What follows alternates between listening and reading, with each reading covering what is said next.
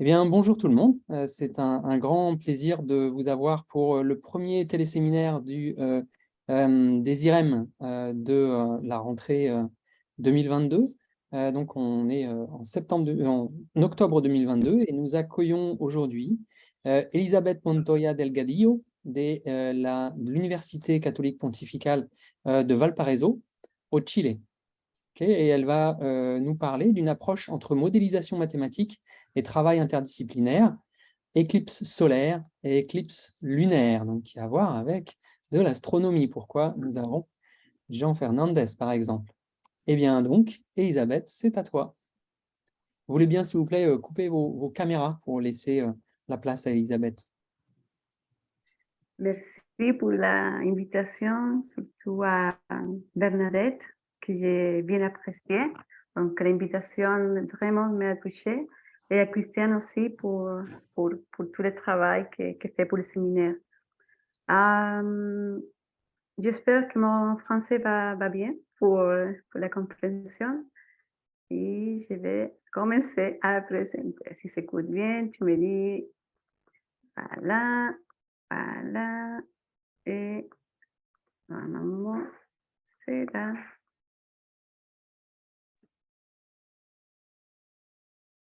Voilà, tout va bien. Si? Impeccabile. Oui, oui. Super. Voy a correr ahí. Voilà. Je me vais concentrer plutôt dans l'éclipse solaire et, la dernière partie un peu parce que c'est la même idée de l'éclipse lunaire. Je suis prof de maths et didactique de maths.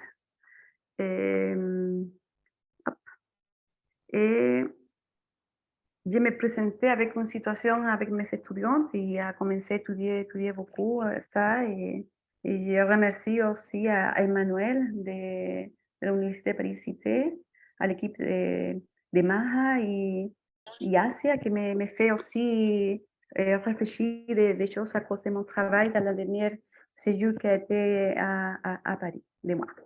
Donc, le plan de l'exposé, je pensais présenter 5 points, j'espère en 45 minutes arriver bien à présenter et montrer des réflexions qu'il y a, surtout quand il y a des choses à cause de la modélisation ou modélisation, comme la littérature les dit. Allez, passe. Voilà. Donc, je vous présente où commencent les choses, sont des choses qu'on trouvait pour l'Internet, mais d'autres choses qu'on donnait des deux astronomes qui ont une bonne relation de travail. Et aussi, je montre où je me trouve. Je me trouve à l'Amérique latine, à l'Amérique du Sud, au Chili. C'est mon pays, c'est super long comme ça. Je sais que votre séminaire les voit beaucoup de personnes. Il y a un bon prestige. Des années que votre séminaire, ça marche. Avec Bernadette, les formations que j'essaie des années. Et pour nous, au Chili, à cause de la géographie de mon pays, c'est récurrent de voir des éclipses. Et bon, si la présentation est là, je montre plutôt d'une caméra aficionée, mais plutôt professionnelle. Et dans l'autre extrême, c'est une caméra plus aficionée, ou c'est dans la plage, dans la plage de ville du Chili, La Serena. Et comme presque c'est la fête pour regarder ce spectacle naturel et que nous avons l'opportunité de regarder. Donc, je comprends que, surtout après que je parle avec l'astronome, que c'est pas super parce que vraiment euh, il y a des éclipses dans toutes les parties du monde. Je sais qu'il y a des cartes où tu trouves, comment que tu peux voir de où se trouve quelle date, quel jour, quelle année, tu peux voir une éclipse. Mais les chouettes ou la particularité, c'est que dans notre pays, c'est plutôt habituel chaque année ou chaque 2 fois à l'année ou après des 10 ans. Mais les dernières années, de 2019 jusqu'à cette année, toutes les années, il y a des éclipses solaires et lunaires. Voilà. Donc, la personne sait dans les collectifs, sait de sa existence. Donc, on profitait d'un niveau de formation des profs et avec aussi des ateliers, avec des formations continues des profs, ce type de problème que chaque fois pour moi, c'est une richesse pour travailler et faire la réflexion à cause de la modélisation et à cause aussi de travail mathématique qu'on se peut voir à l'intérieur. Donc, les problèmes ont été super variés. C'est une situation didactique, une situation on améliorait différents moments. Et il y a 2 dates, de 2 juillet de 2019. Et justement, la photographie que j'ai montrée avant, c'est de La Serena. Et le 14 décembre, c'est le sud de Chili, c'est la ville qui s'appelle Temuco. Donc, il y a la question, c'est pour approximer à les jeunes, à les étudiantes. Je vais présenter la première partie avec des 2 populations, de la population avec le travail que j'ai fait avec les profs, la formation des profs, mais ces profs qui a passé sa situation avec les étudiants, élèves à niveau collège. A fait la comparaison entre Chili et votre système éducatif, c'est différent, mais à niveau 8 de la formation.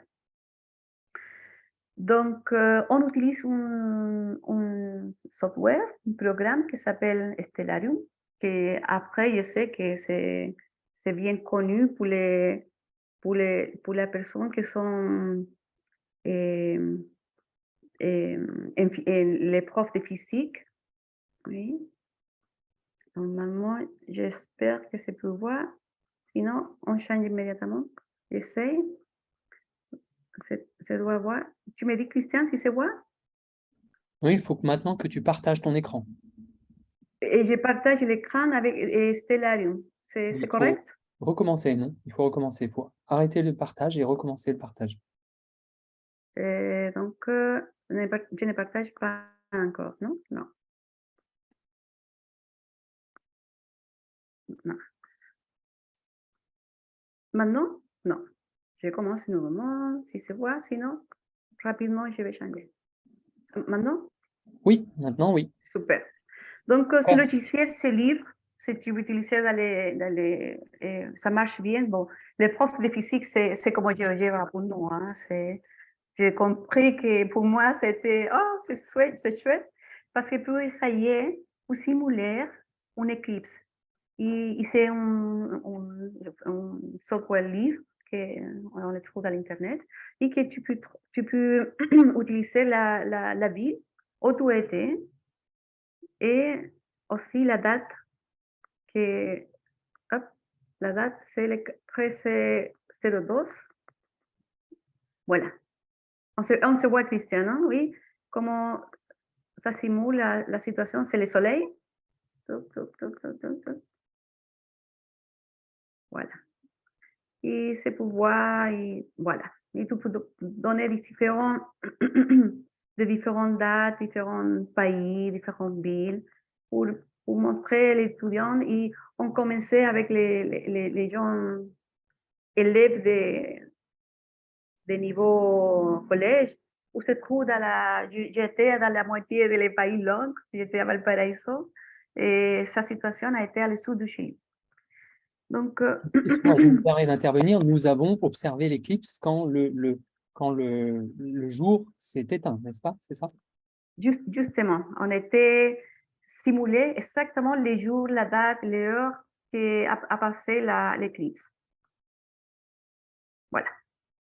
Donc, ça, c'est les instructions de l'Stellarium. Il se commence à voir comment, un peu comment tu connais, tu connais une éclipse, une éclipse solaire. C'est quoi ça, une éclipse lunaire? Tu l'as vu la dernière fois? Ah non, parce que je n'étais pas, je le vois avec mon lunette spéciale. C'est récurrent, c'est une part un peu, je peux dire comme ça, un peu l'habitude de voir. Donc, il y a une richesse comme des contextes. Mais d'un autre moment, dans ce projet, Et on contactait avec des astronomes et, qui ont donné ces photographies originales des instruments de l'éclipse. Donc, on était super contents et ce sont des photographies réelles et qu'on peut utiliser pour les travaux qu'on développe ici. Donc, le travail, c'est un premier moment de savoir s'il était dans l'éclipse, sans savoir qu'est-ce que c'est, pourquoi c'est le problème pour la vision, un peu comme une situation de contexte, pour petit à petit, dans différentes étapes de la situation, passer à regarder, travailler les phénomènes plutôt à mathématiciens, plutôt à travailler à capturer des idées mathématiques et je dois dire aussi des choses physiques. Mais le premier moment de tout ce travail, je travaillais plutôt seule. Il y a des relations, la bonne dialogue avec les deux astronomes, Asenjo et Cariol, Hugo et les autres collègues, pour la photographie de réunion, qu'est-ce qui passe ici, comprendre comment une situation qui va passer au,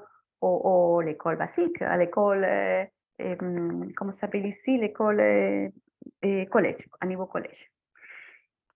Y une troisième étape, c'est pour construire et déconstruire des modèles mathématiques à ce niveau, ou bien profiter avec les mêmes profs, comment on peut enrichir et profiter de la situation. Un peu comme ça, c'est le dispositif à niveau de formation des profs. Et ces profs aussi, en permettant à passer la situation à niveau 8 avec élèves de ce type.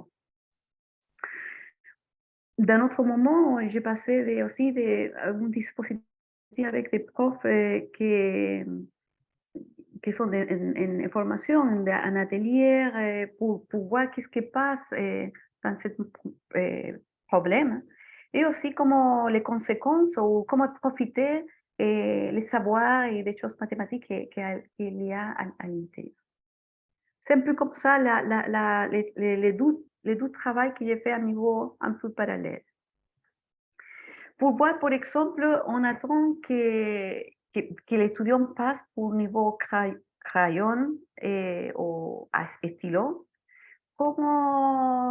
Pourquoi, comment on peut simuler? C'est ça la tâche. Comment on peut simuler, comment on peut modeler une éclipse solaire et comment passe avec les logiciels?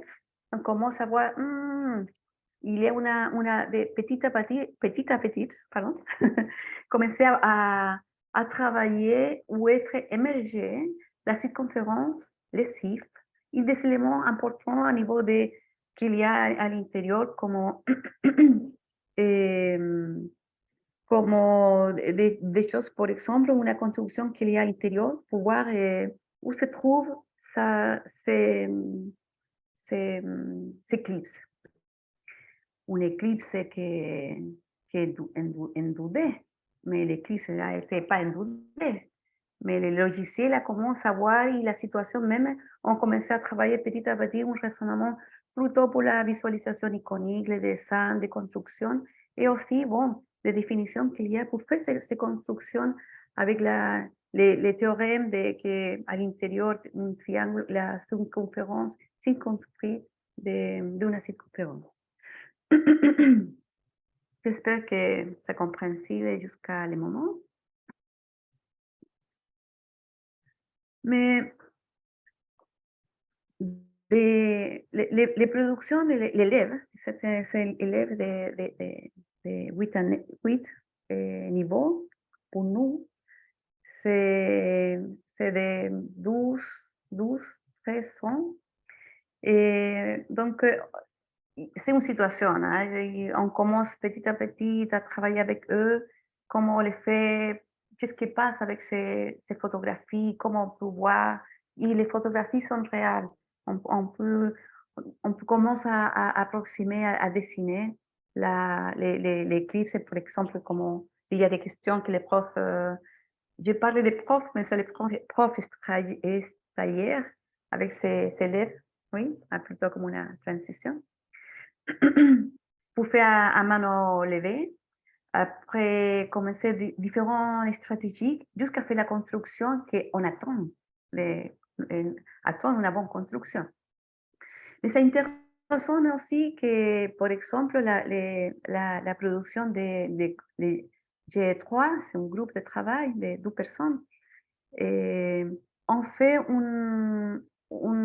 à main levée les points pour trouver les diamètres de la circonférence. Et son diamètre, donc on dit, bon, l'intersection des 2 diamètres, je peux trouver les centres. Et quand les 2 centres sont alignés, hop, c'est l'éclipse qui se passe avec l'autorisation de l'astronome qui est là, parce que la simplification déjà mathématique d'une situation qui est une perspective et c'est plus riche à niveau réel. Et l'autre étudiant, autre groupe, G7, c'est avec, on dit, bon, peut-être qu'ici dans les GeoGebra, parce qu'on utilisait GeoGebra, avec des points pour voir qu'il y a un instrument pour faire une circonférence. J'ai fait les trucs comme ça avec ma main parce que c'est les qu'on peut faire avec GeoGebra. Bon, je vais commencer à utiliser des mots de visualisation iconique, des paradigmes, parce que je travaille dans une théorie que je vais pas dire qui sont des choses que travaillent avec l'équipe de l'Université de Paris-Cité, des collègues de France. Et ici, il y a autre travail, autre description jusqu'à l'étudiant arrive à dire, ah, ok, donc on commence à faire la construction, on commence à voir de construire, trouver les centres de la circonférence avec ces points. Et je passe à GeoGebra la image et a ver si je peux le faire. Je le fais tout dans les...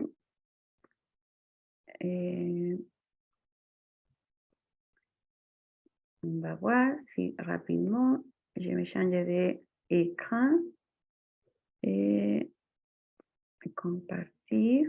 ETM, c'est espace de travail mathématique, mais MWS, je ne sais pas ce que ça signifie. Et c'est arrivé en anglais, Mathematical Working Space, que c'est mal collé. Ah oui, d'accord, ok. Désolé. ETM en anglais. Désolé. No problème. Désolé. Donc, tac. Allez. Et je dirai là. Un peu comme ça. Je fais à main levée les points. C'est pu voir, Christiane? Parfaitement. Oui. Donc, ça, si tu vois, j'ai la... oh, c'est la image que j'ai collée, hein, tu vois? Donc, on commence à faire à main levée.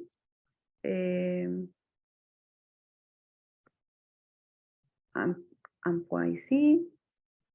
Oups. Voilà, pardon. Un point ici. À main levée, tu vois? C'est super approximatif. C'est un peu comme le travail mathématique prévu ou a priori pour commencer à travailler. Voilà, voilà, voilà.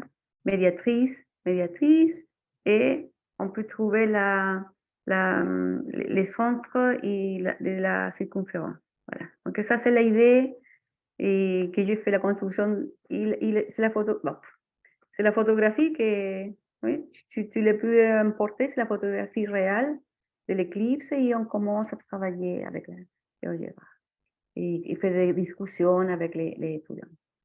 Voilà, je vais déjà changer rapidement. En enlevant l'outil cercle passant par 3 points, donc. Voilà, oui, ça c'est une idée, hein. Il y a autre manière de faire, mais on les pensait comme ça, justement pour ce niveau. Ah, vamos, voilà. Donc, nous, les jeunes profs, travaillent avec ces élèves pour arriver à faire cette construction pour dire, ah voilà, tu vois que ça c'est, on peut arriver à modéler la situation de l'éclipse solaire qui passe et commence à faire autre question et avance. Mais pour analyser la producción de élèves, como je viens de dire, j'utilise una dimensión sémiotique instrumentale discursive. C'est une théorie qui s'appelle l'espace de travail mathématique, avec des collègues qui sont de France, de Mexique aussi, d'autres collègues du Chili, d'Espagne, un groupe de travail.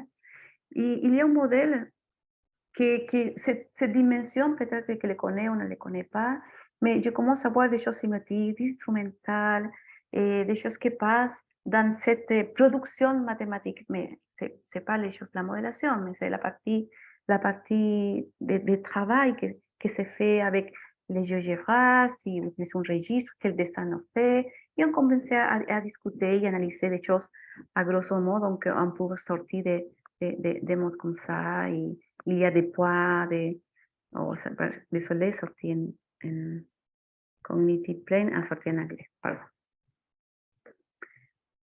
Ah, voilà, des plans.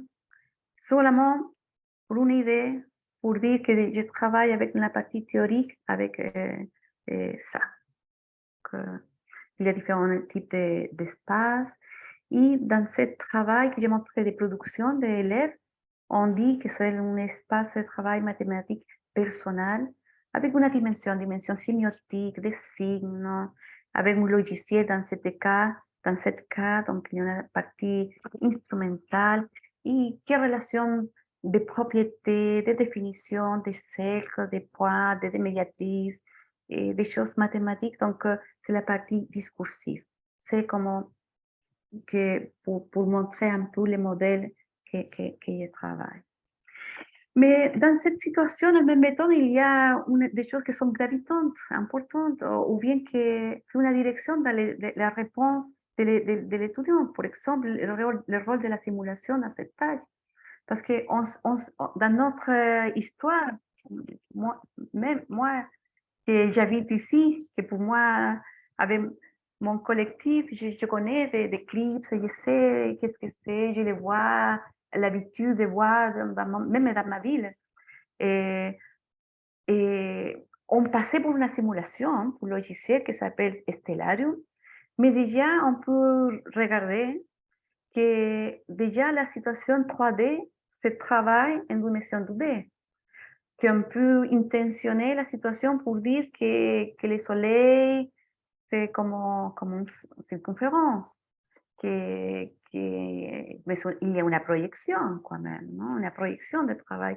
Ce sont des choses qu'on commence à discuter pour le travail de la modélisation, qu'on fait une description de la variable ou bien del modelo pseudo-concret que je voudrais travailler.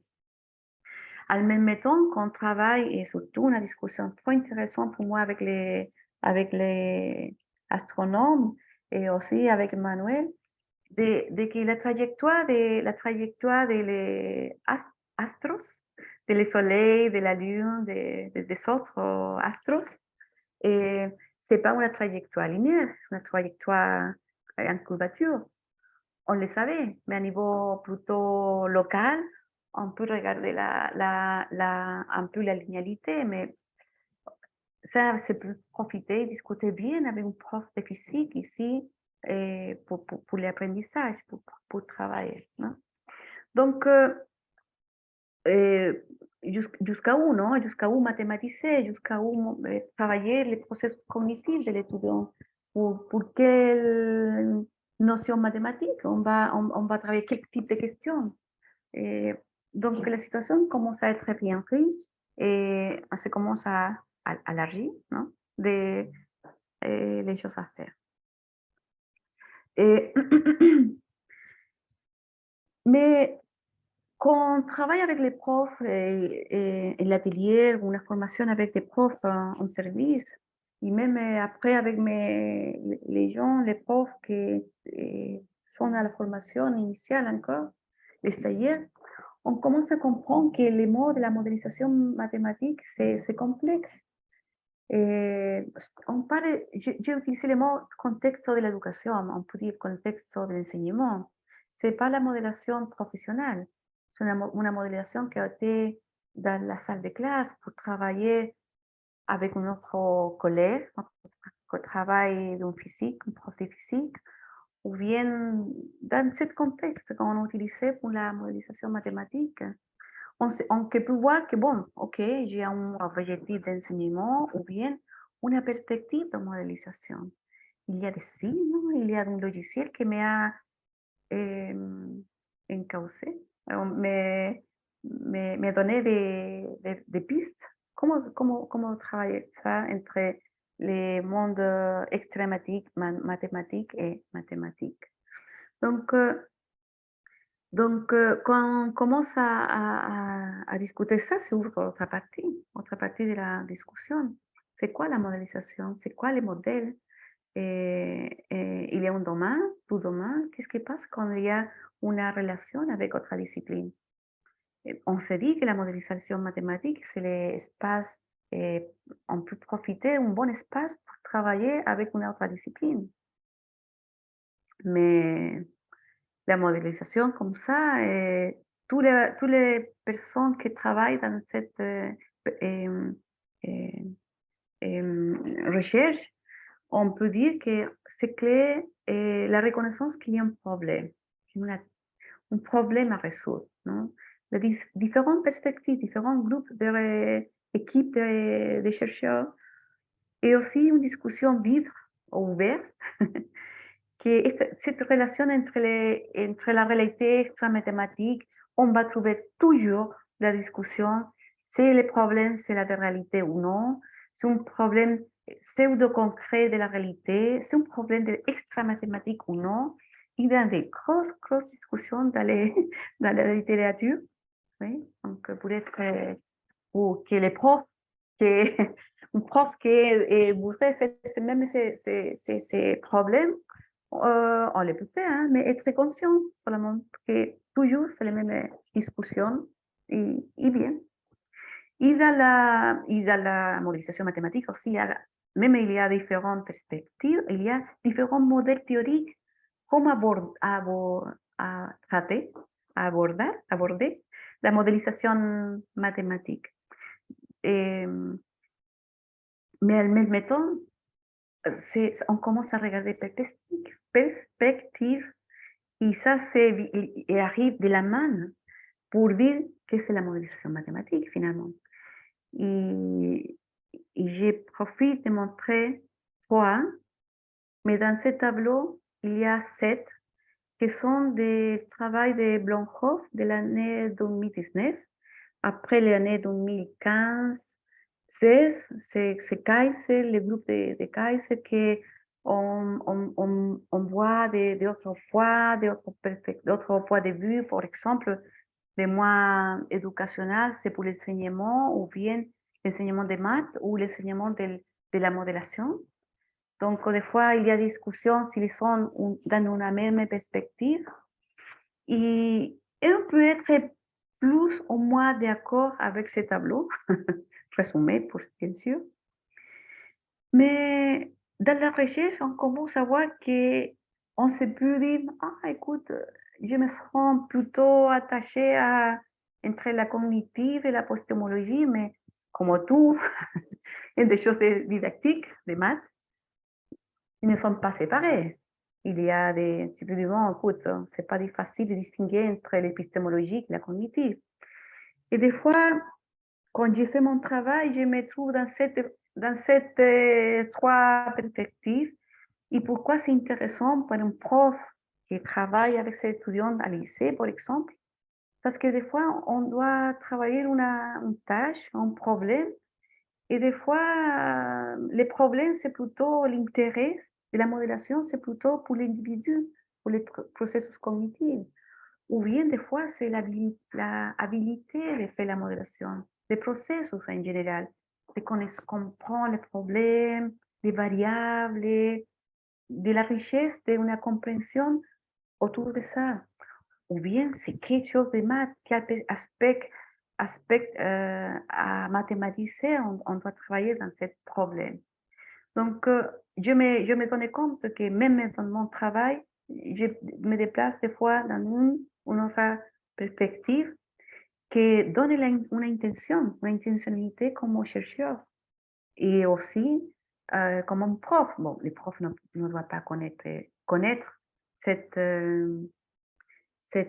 définition ni classification, son classification qu'il y a dans la littérature.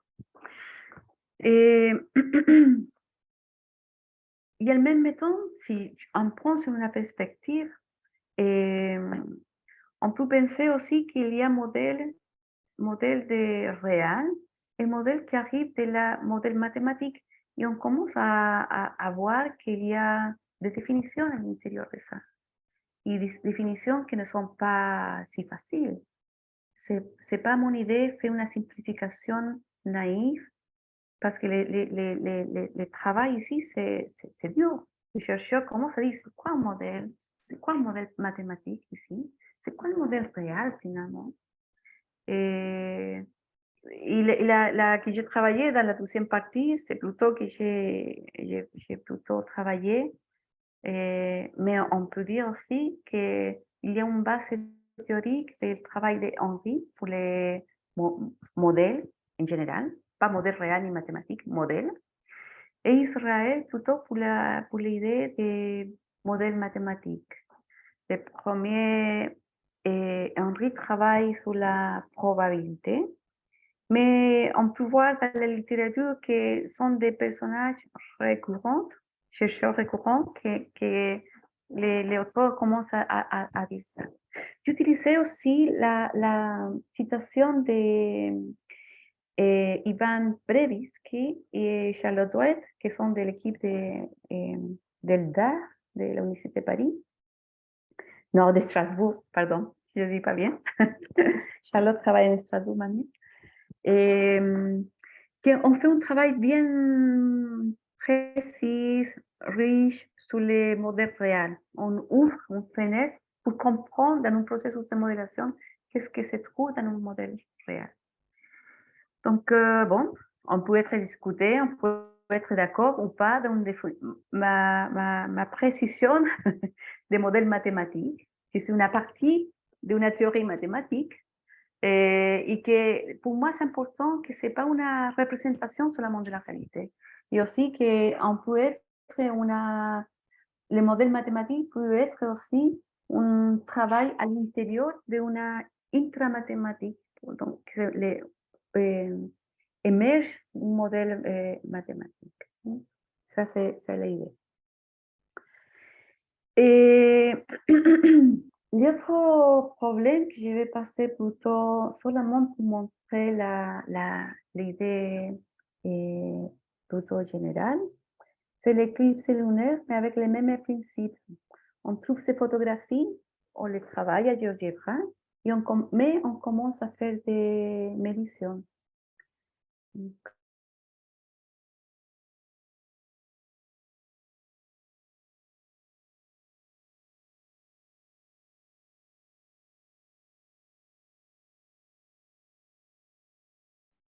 Elisabeth, t'avons-nous perdu? Nous ne t'entendons plus. Ça, pour nous, c'est un jour d'été. Elisabeth, excuse-moi, mais nous t'avons perdu pendant quelques secondes.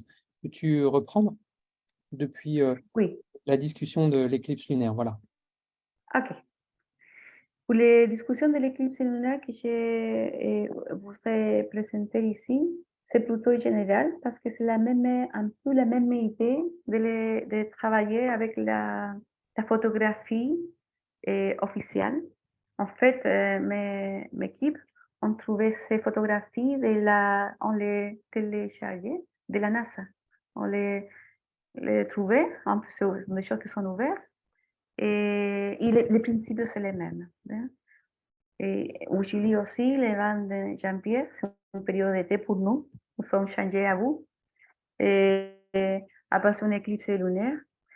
Mais on travaillait pareil, mais avec des mesures une mesure allemande levée le premier moment, mais la tâche est différente.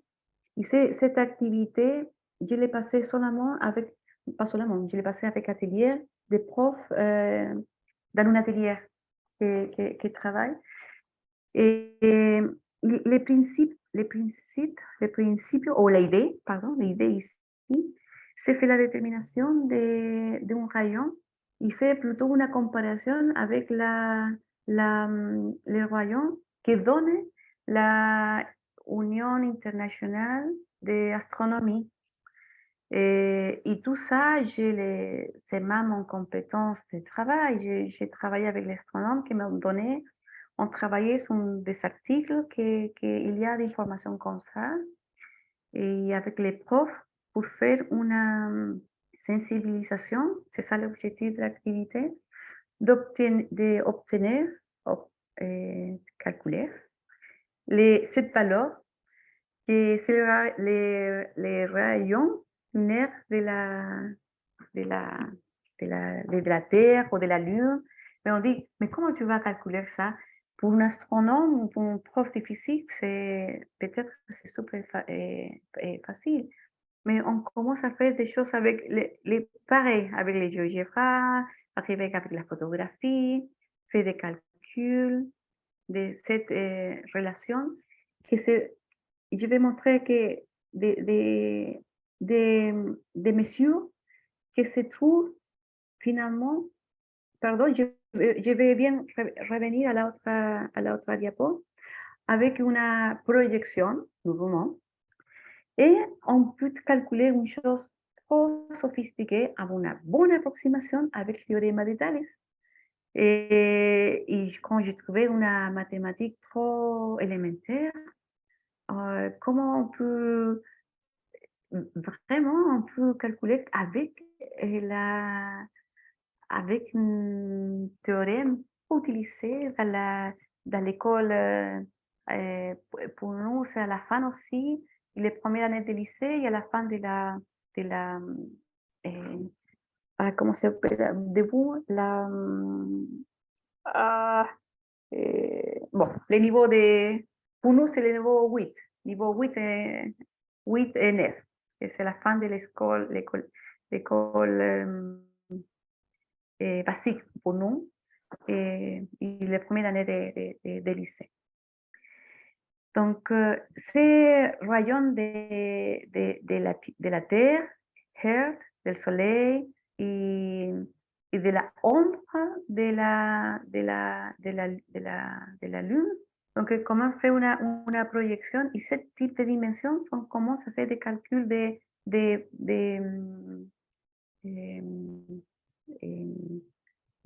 cette distance, non? De relations, les rayons de la Lune, les rayons de la Terre, et on commence à faire de cette relation. Et avec GeoGebra aussi, pareil, on commence à faire des calculs. Je aussi, je ne vous montrer pas les calculs, j'ai passé avec des ateliers, je ne fais pas des photos de l'atelier avec les profs. Ils sont des théorèmes de Thalès, hein, comment faire ça des travail mathématique super simple. Donc, ces relations, c'est ça, et on commence à calculer la dimension. Pour des choses qui sortent par les réactifs, hein, et des travail qu'on fait avec les GeoGebra, fait des dimensions. Mais c'est fantastique parce que la dimension qu'on fait, c'est un calcul de la distance en GeoGebra. Je le prends dans un tableau. Et avec 10 ou 15 participants, la distance, les marges d'erreur, c'est pas si différent.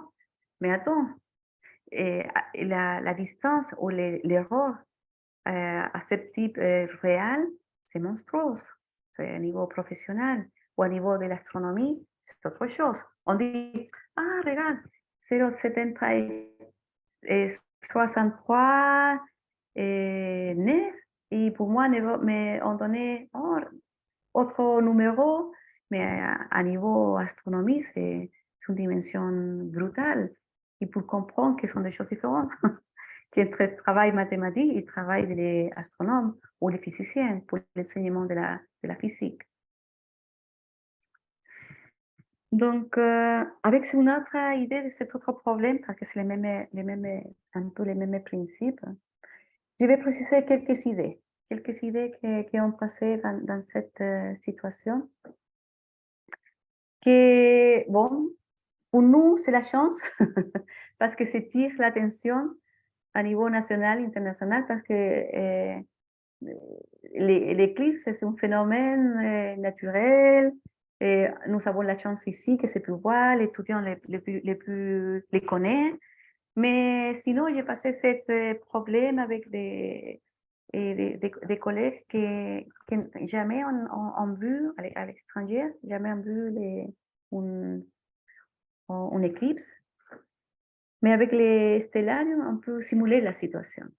Mais en même temps, le stellarium déjà permet de conditionner ou faire une construction du modèle réel.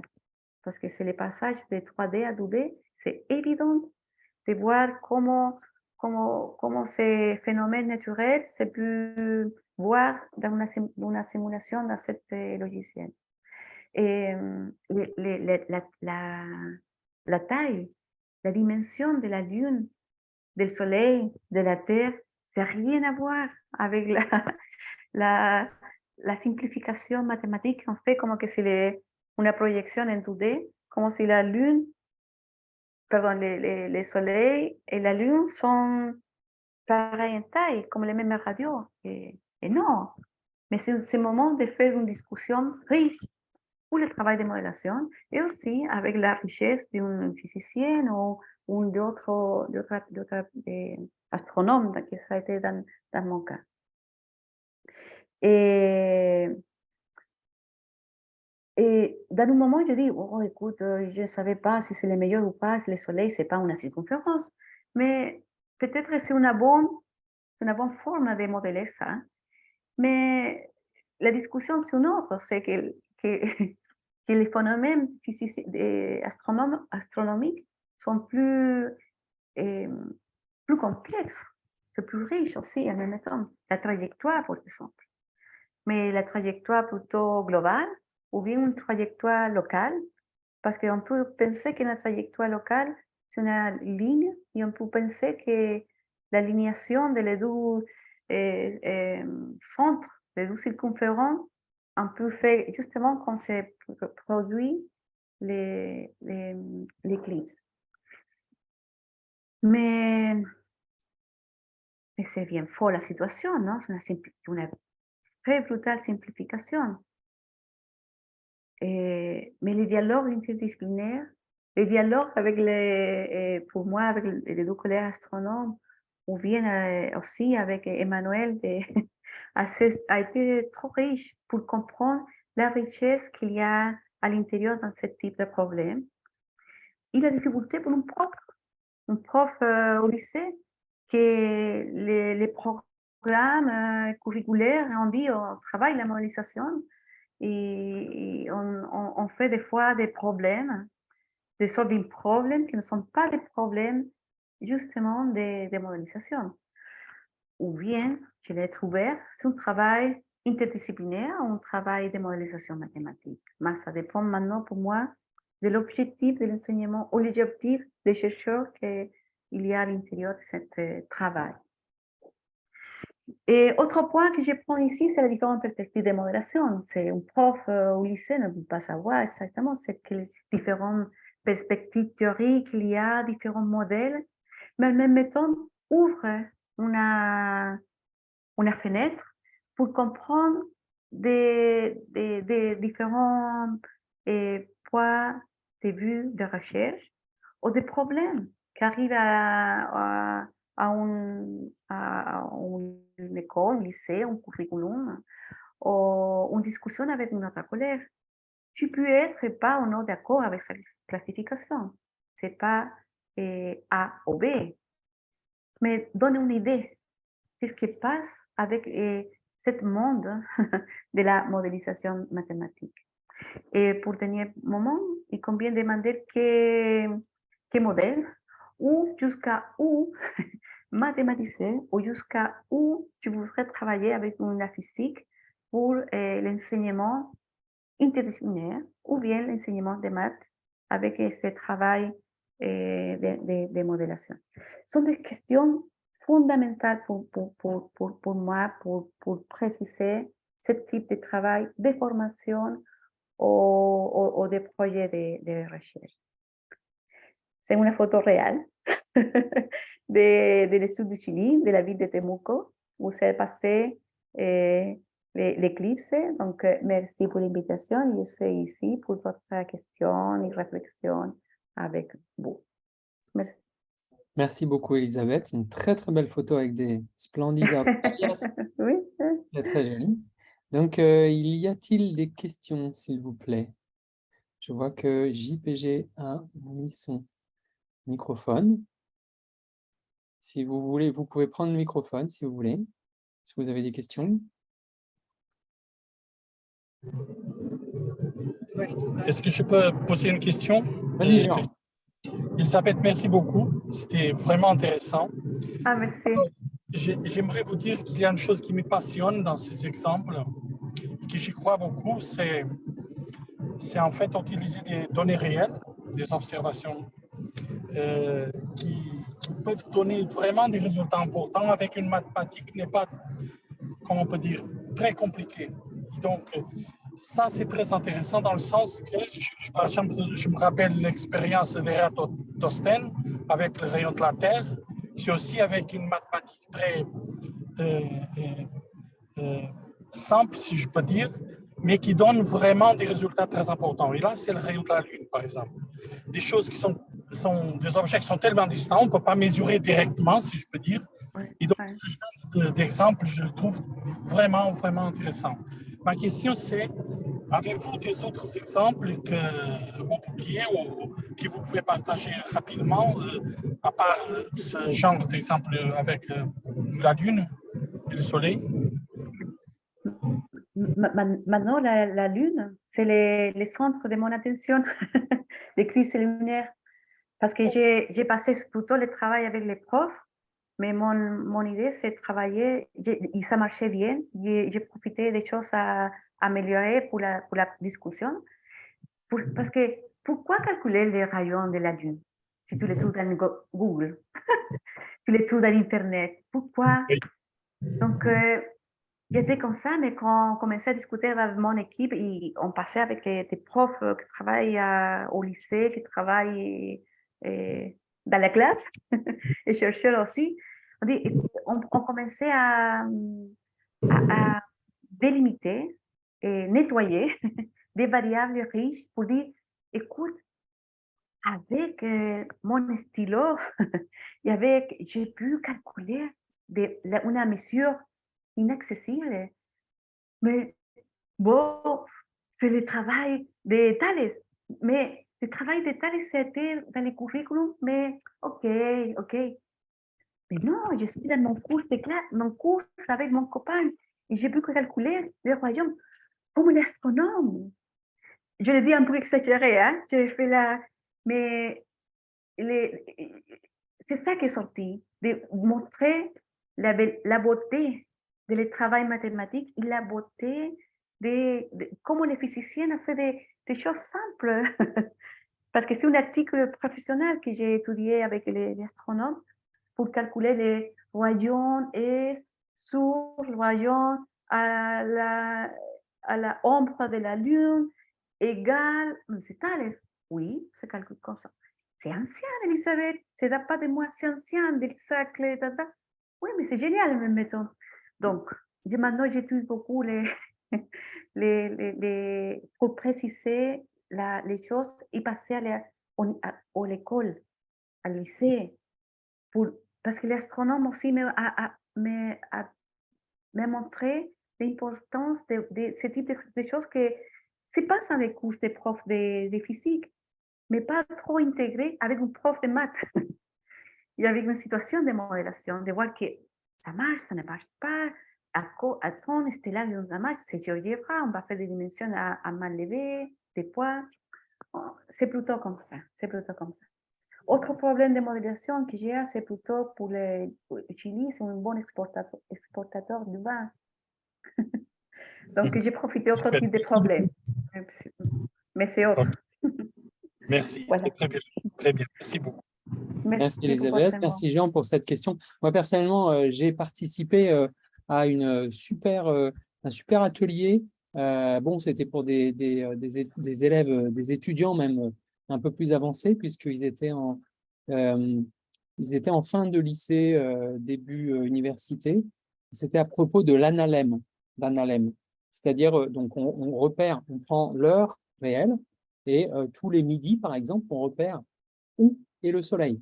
Okay, et on fait ça sur une année entière, donc ça donne un espèce de 8, et on essaye d'expliquer ce 8-là. Et donc, on avait passé, donc il y a des ateliers Matangine là-dessus. Donc, Matangine, c'est une association qui fait des ateliers Oui, sur oui, je l'année connais. entière. Mais là, c'était plus sur une semaine d'une école d'été. Et c'était vraiment très, très intéressant. Donc, déjà simplement comprendre la déviation en fonction de la saison. Rien que modéliser ça, ben, c'est observable dans la classe hein, si on fait un atelier sur l'année. Et donc, je pense que c'est vraiment, vraiment intéressant pour les enfants. Donc, moi, j'avais essayé de faire un atelier Matangine sur ces questions d'alignement. Donc, ici, à Lyon, on voit le Mont Blanc par temps clair. Et donc, je posais la question, à quelle date le soleil va se lever derrière le Mont Blanc depuis votre lycée, quoi. Et c'est à la portée des enfants, des élèves du lycée, sur quelques jours, de comprendre que il ne faut pas forcément. Voilà, ok, on peut utiliser Stellarium, mais on peut simplement observer. Et puis observer sur plusieurs jours, comprendre qu'est-ce que c'est qu'un grand cercle, etc. Enfin bref, il y a plein de mathématiques vraiment très simples dans les faits. Mais... Oui, oui. Et donc, je trouve que c'est très intéressant ce que tu disais, que un problème pour l'astronome peut très bien ne pas être un problème pour nous et réciproquement. Là où l'astronome, il passe vite, parce que pour lui, c'est évident, pour nous, ça ne l'est pas, et réciproquement. Oui. C'est Manuel qui me dit il y a un problème qui travaille, c'est l'acticien de la Université de Paris-Cité. On dit qu'il y a un problème d'angle. Que dit, écoute, c'est trop difficile que les personnes pensent que c'est la lune la lune qui est en mouvement. Et déjà, c'est bien que le soleil s'est fixé, parce que les personnes voient que c'est le soleil qui se mouve. Mais c'est faux. Mais c'est difficile à niveau scolaire travailler ça. Et en même temps, dans ton activité, OK, on peut voir que minimum la lune fait un mouvement. mais nous aussi. Et ce mouvement, c'est difficile à travailler. Donc, il a une trajectoire que c'est plus profiter plutôt avec un spécialiste comme un physicien ou un astronome. Pour moi, c'était la chance de trouver un astronome professionnel qui a donné ces informations, ces articles, les photographies, a donné une valeur agrégée, une valeur plus. On dit, oh, c'est vrai, c'est réel, c'est pas la photo qui ont fait toujours des maths, c'est faux. C'est vrai, oui, c'est vrai. C'est une photo d'astronome. Ah, ok. Ça s'attire une attention qui c'est bien. Oui, comme le dit Jean, c'est vrai que travailler avec des données réelles, c'est absolument fondamental. Et essayer de réduire cette distance à la modélisation, que c'est vrai, Stellarium, par exemple, eh bien, c'est quand même complètement déjà tout à fait modélisé pour nous. Il a pris en charge sur ses épaules beaucoup de la modélisation. Je me permets de pointer autopromo, les contes de Marie L'Huissier. Donc, Marie L'Huissier s'est intéressée à faire un conte sur la forme de la Lune et pourquoi on voit la Lune avec un croissant blanc. Donc, elle en a fait un conte pour enfants qu'elle fait vivre dans les écoles primaires. Voilà. Donc, pour essayer de modéliser, enfin, c'est un premier travail de modélisation de la Lune comme une sphère éclairée par le Soleil. Voilà. C'est juste en passant. Je ne sais pas si tu connais déjà ce travail. Non, non, je voudrais Seulement que les gens ici savent que je travaille avec ça, on m'envoie des vidéos que la Terre, c'est comme, c'est pas joli, c'est pas une sphère, et semble comme un cérébro, mais c'est une modélisation, c'est une simplification de cette réalité, donc c'est à discuter. C'est pas simplifier pour simplifier, je crois. Donc, ça voudrait de voir ces problèmes que dit la dame ici. Merci. Y a-t-il d'autres questions? Vous pouvez mettre votre micro ou alors utiliser le chat. Donc, il y avait eu une question, c'était quand on modélise l'éclipse lunaire, pourquoi est-ce qu'on a besoin de Thalès? Pourquoi est-ce qu'on ne peut pas voir les rayons du Soleil comme étant parallèles, c'est-à-dire le Soleil infiniment loin? C'est justement le premier moment, je pensais comme un gros problème, parce que oui, je vais donner une réponse plutôt sérieuse et après avec mon stylo. J'étais un peu déçue parce que c'est pas vrai, les rayons se voient comme on va modeler une simplification trop brutale, comme que les rayons sont égaux et ça n'a rien à voir. Mais en même temps, on les voit dans la réalité de nous. Quand tu vois une éclipse, tu vois que tout est tapé. Et quand tu le regardes, donc, mais en même temps, tu sais que les rayons de la Lune, c'est rien à voir. En fait, c'est la ombre, hein? C'est la ombre. C'est pas la Lune, c'est la ombre. C'est important de se dire. Avec le Soleil, mais une chose, la perspective. On peut travailler la perspective. C'est quoi ça, la perspective? C'est que les passages de 3D à 2D, en travaillant en maths, que des fois on fait trop rapide comme ça dans les salles de classe. Donc, dans le moment que j'étais un peu déçue, à notre période de travail, je dit, on doit prendre conscience ce sont des choses riches, la perspective, c'est important aussi. Parce que c'est notre réalité, on les voit comme ça, c'est vrai. Mais même mettons, si tu les dessins, peut-être qu'on est prof de physique, on peut aider, si tu les dessins, la Lune, c'est rien. La taille de la Terre, c'est rien à cause de la grande taille du Soleil. Donc, si tu voudrais faire ces jolis dessins, c'est trop faux. Ça la blague un peu. Notre travail, c'est vraiment faux, hein? Mais c'est la conclusion un peu que quand on parlait avec les... c'est vraiment faux.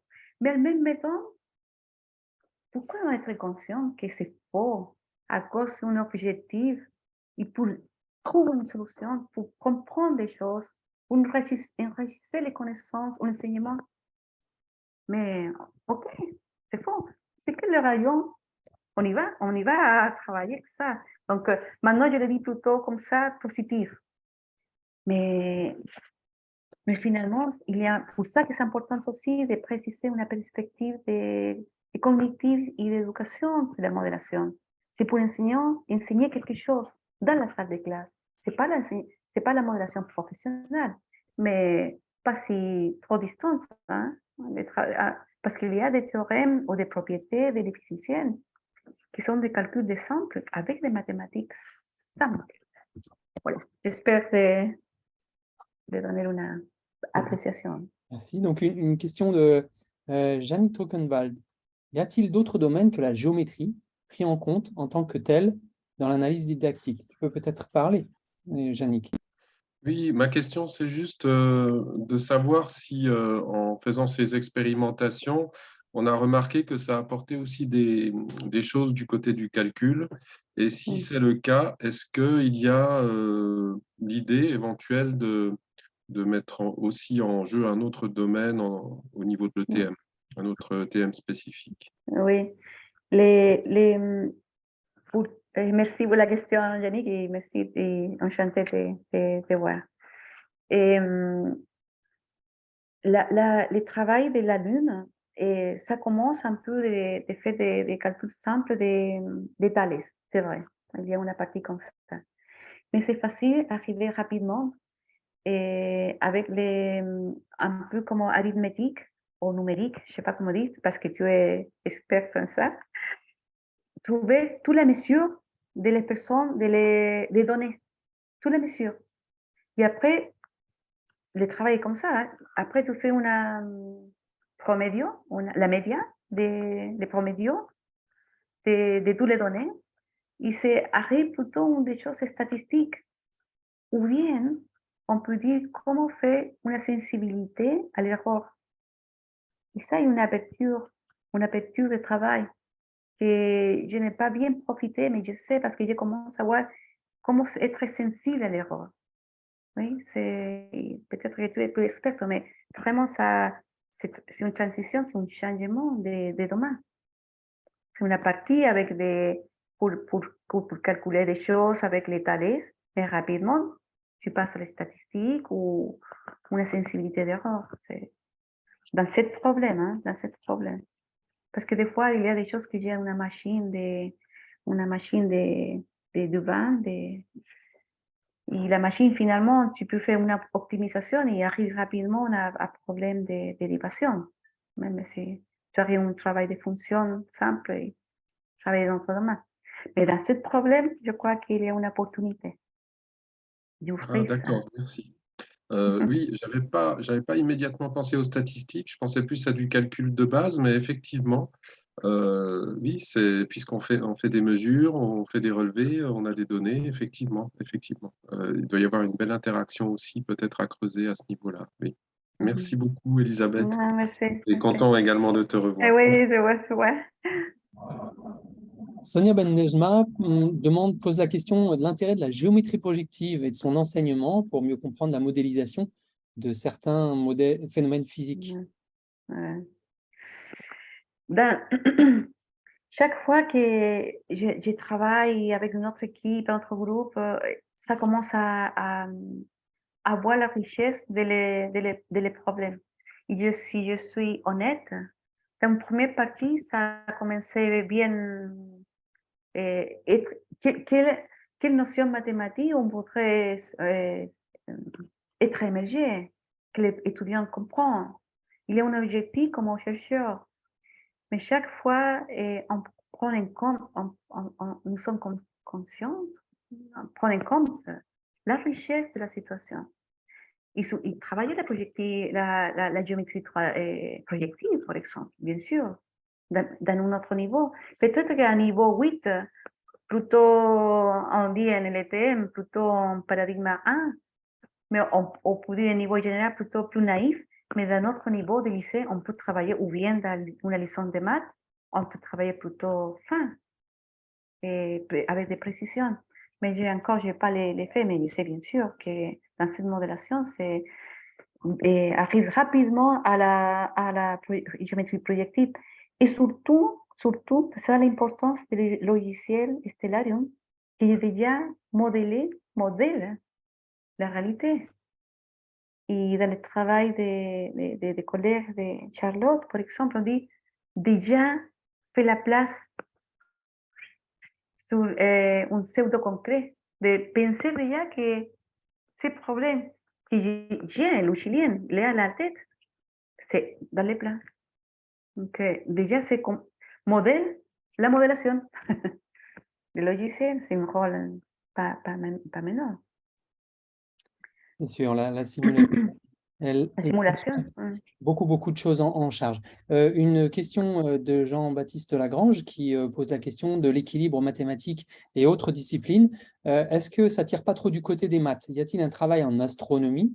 Et comment est-ce qu'il s'articule avec le travail en maths? Non, chaque fois, je suis trop convaincue, même si la littérature le dit, même si vous, déjà, M. Laurence, déjà est très clair, le travail entre deux disciplines, entre deux collègues, entre deux disciplines, comme des maths, de physique ou de l'astronomie, clairement va à donner une richesse à la situation ou les problèmes. Mais aussi, ça dépend de l'objectif. Hein. Je vais être aussi claire, parce qu'il y a un objectif comme chercheur, hein, mais on peut discuter avec, mais si mon objectif avec les autres, les astronautes, c'est compréhensible ou pas. La variable del modèle réel, c'est compréhensible ou pas, parce que j'ai fait pas mal de choses pour la partie mathématique, parce que j'étais comme un utilisateur, je suis honnête à un moment. Mais chaque fois, je commence à comprendre la partie del monde réel ou de la situation, qu'il y a una grande richesse, il y a des propriétés, il y a des modèles aussi de la trajectoire de ce type de astros, comme la Lune et le Soleil, la Terre et tout. Donc, quel équilibre? Pour moi, c'est un honneur de travailler avec un physicien, une possibilité de travailler avec un astronome. C'est une richesse de travailler, mais c'est cher pour nous. On sent la recherche, mais au niveau lycée, par exemple. C'est vraiment une place pour travailler avec notre collègue. Pour moi, c'est clair que c'est important, mais la place, c'est pas toujours trop facile. Parce que c'est cher, parce que des fois, il n'y a pas l'opportunité de le lycée, les structures organisationnelles, etc., etc. Mais si je comprends bien votre question, quel équilibre on doit le trouver, on doit dialoguer, non? C'est ça le dialogue positif de ce type de travail. Merci. Marie-Pierre Galisson dit que modéliser, c'est choisir d'ignorer. Toute représentation du réel est réductrice par nature. La modélisation mathématique est nécessairement orientée. Comment faire pour que ces différentes réductions soient, tu parles d'une richesse, mais soient quand même convergentes. De modélisation avec la définition de modélisation mathématique, c'est ça? C'est ça la question un peu? Mais Un phénomène. Chaque ok. Non, je t'invite à continuer à discuter parce que je suis chaque fois plus convaincue que si tu es très positionné dans une perspective, ce n'est pas A et B, hein, je ne parlais pas de sa réduction, mais si tu es dans une perspective plutôt sociale, plutôt cognitive, plutôt réalistique, sa conception des modèles et de modélisation, bien sûr, va changer. Donc, le problème, c'est donner une définition, de dire, OK, je suis dans cette perspective ou entre deux ou trois perspectives, donc ma définition de modélisation, c'est ça, c'est mon approximation. Et si tu n'es pas d'accord, OK, on discute. Pourquoi non? Parce que c'est réductif? Peut-être, oui, peut-être. Parce que dire que la modélisation mathématique, les modèles mathématiques, ce n'est pas la modélisation mathématique. En fait, maintenant, je ne parle pas des différents modèles existants de modélisation. Oui, différents cycles qui existent dans le monde anglo-saxon, d'Amérique latine aussi, Brésil, même de France, différents. Mais la définition de modélisation vient de la, pour moi, avec la maduration maintenant, chaque fois vient de la main de la perspective que tu te trouves. Et donner une définition, toujours tu vas être exposé si tu es d'accord ou non.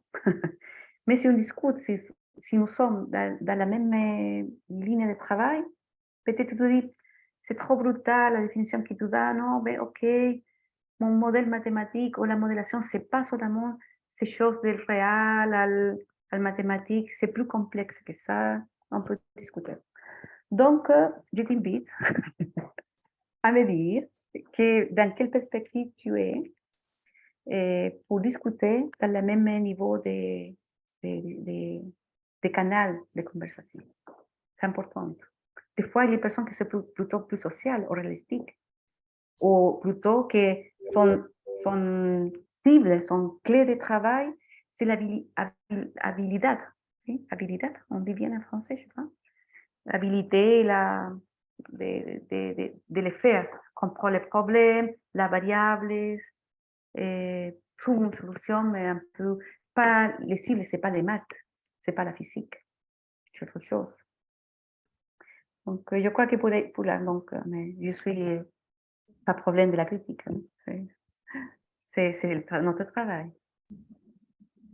Merci bien. Est-ce qu'il y a d'autres questions?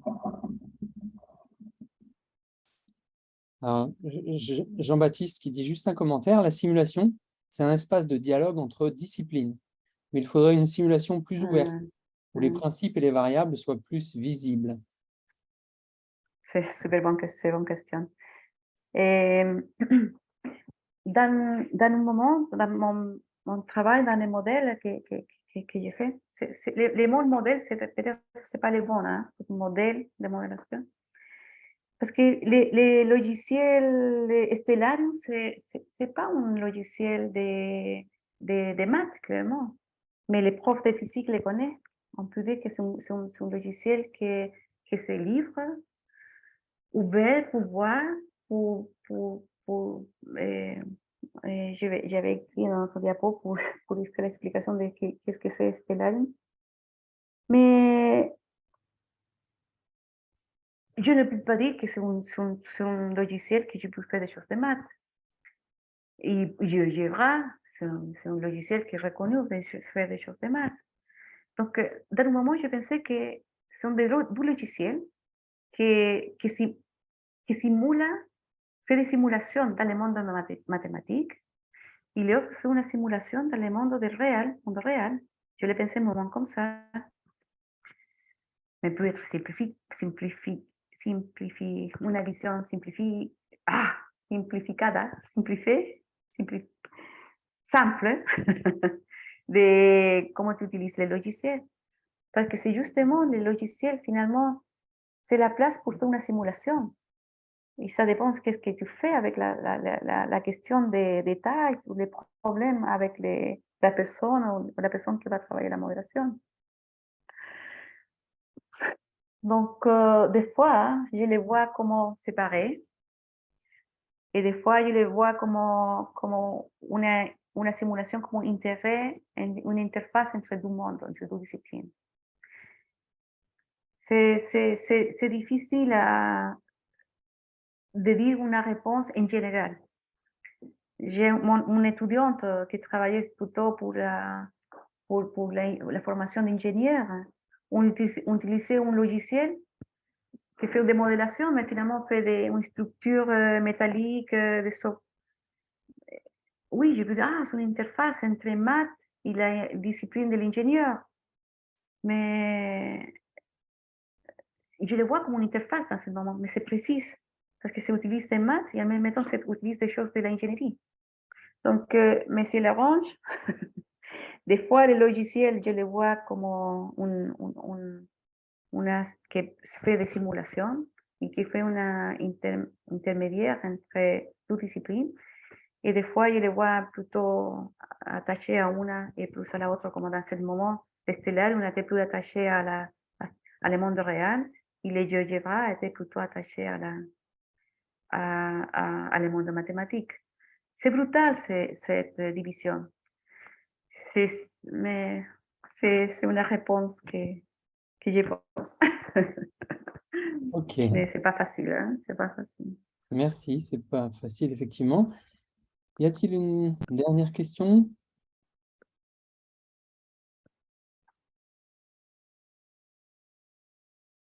N'hésitez pas à prendre votre micro.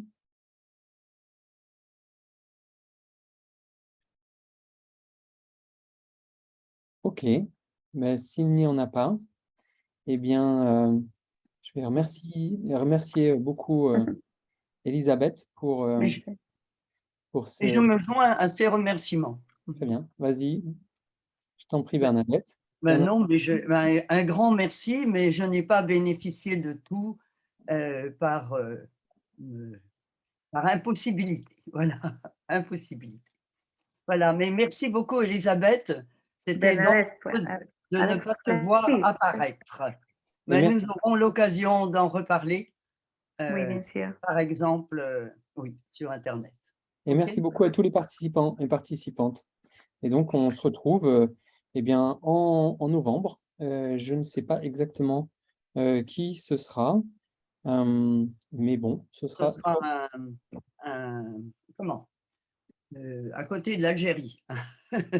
la Tunisie À peut-être, l'est ou le à Maroc. l'est de l'Algérie, un Tunisien. Voilà, très bien.